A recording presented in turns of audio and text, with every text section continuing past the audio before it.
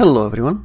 Let's talk about economy in Dual Universe. Obviously we don't know all the details, but what we know is enough to see that NovaQuark has chosen a very simple and very effective way how to manage money flow. Economy is one of the core features in all MMO games, and often it is totally broken from the get-go, because of unlimited money generating sources like mobs and quests, or even buying in-game currency with real money. Dual Universe has none of those, so let's take a look why it's different and why it should work very well here, with some effort from developers. First, we need to understand what Dual Universe is. It's a single shard sci-fi MMO game, where every single player shares same universe.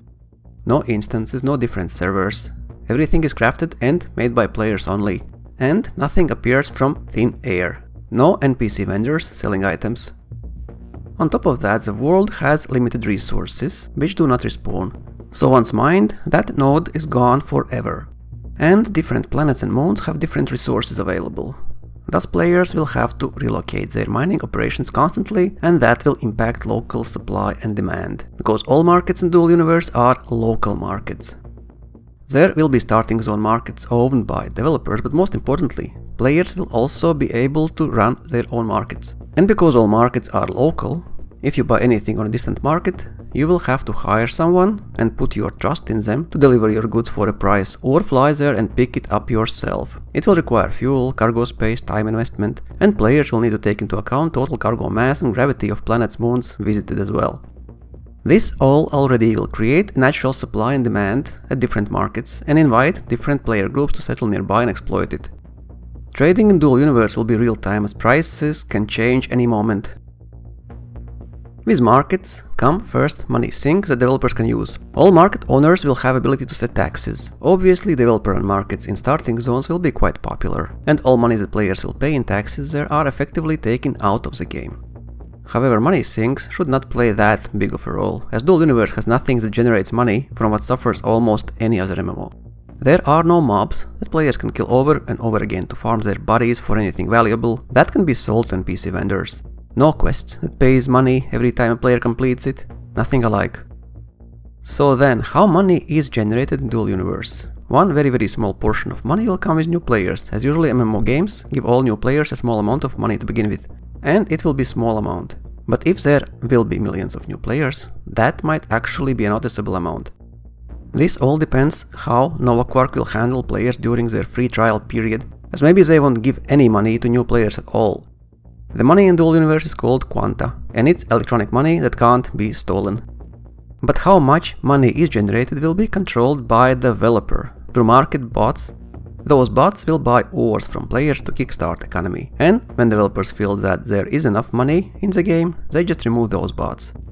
Same time, if more money is needed, developers can always bring back those market bots and adjust ore prices on the fly, depending what is needed. So NovaQuark will act like a central bank. They will control exact amount of money generated.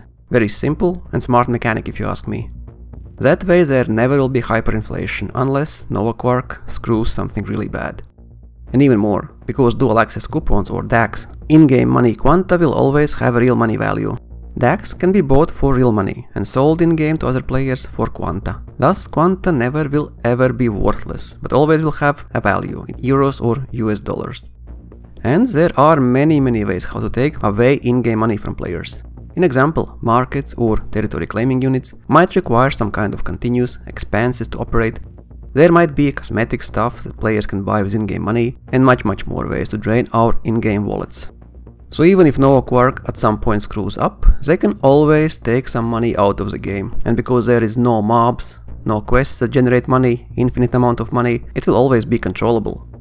There will definitely be inflation when game goes live, as only money in game will be the ones that players start with, and many organizations won't even bother using markets, but instead will try to gather most resources by themselves and barter with other players or organizations for the rest, not participating in economy at all. The interesting question here is, should players quickly sell mined ores to market bots and hoard Quanta that will slowly lose value, but same time allowed to buy stuff from other players, or use ores to craft more advanced resources and hope that someone with money will be interested in buying that later when market bots are gone and prices are stabilized, or maybe use only barter to trade. NovaQuark will have to monitor markets and economy closely and adjust their bot prices accordingly if they want economy to work. At some point we can expect market bots to disappear or reappear, but having this instrument alone to inject new money, only when needed, is a great tool to keep economy healthy, no matter how many players participate in economy. One thing to me is clear, best Quanta investment in game will be by buying dual access coupons, as its price will always be tied to inflation and also will allow players to play Dual Universe for free. And I expect many players becoming pure DAC traders in game. What do you think? Like, dislike, and if you want to play with me, join my organization. All links you can find in the description of this video. See you soon.